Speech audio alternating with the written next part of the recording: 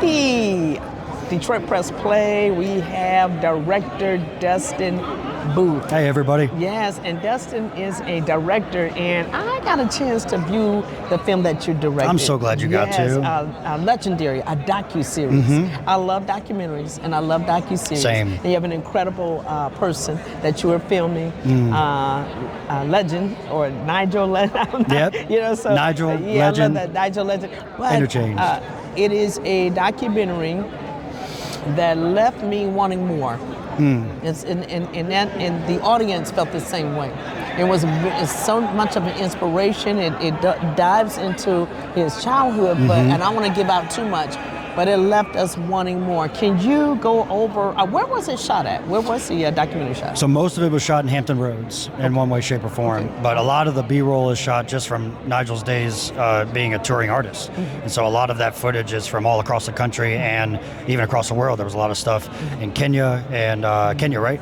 Yeah, I got it right. Okay, there he is. And so, yeah, it's really just everywhere. But all the interviews and everybody that's been involved is really Hampton Roads based. Yeah, and you're from Hampton, like Hampton Beach, Virginia area? Virginia Beach. Virginia Beach, that's okay, Virginia Beach, thank you. When did you begin to direct? When did that begin for you? That's a good question. So I was hired at a church, and I was hired for part-time youth minister or youth like associate and worship associate. And the first day in staff meeting, the pastor says, "Hey, Dusty, do you know how to do video?" And I said, "No." It's like, "Well, we just lost our video guy. Can you learn how to do it?" So that was 18 years ago, and I've been at YouTube University ever since. You know, and so yeah, every day was a grind, just figuring out the next best thing. But in that scene, you know, you're directing every week. You're directing a new piece, and it's all small scale, and then you just get to grow your craft in little small increments. And in my opinion, doing it for a really soul-filling purpose. And so I didn't take the filming side seriously until about 7 years ago when I started looking outside of like storytelling, stuff that was outside of that. And so. How did you and Legend meet? We met through a mutual friend through our church, and we got connected because we were both in the musician world. And then he had actually invited me to come like do a multicam film of one of his concerts in Norfolk. He probably doesn't even remember it, but it was one where he just wanted to have it covered for his Renaissance music movement.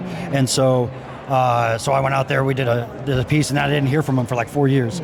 And then we got reconnected in a powerful way. We started doing more and more projects together, and that's when we got into this Good Enough concert series, which is a big part of the documentary. And from there, it's just been content after content, relationship building, and it's my brother. Yeah, so. And I wish that this was available, but I do understand that you know you have to get that out there for distribution. It's that weird time. Because it is a wonderful piece of work.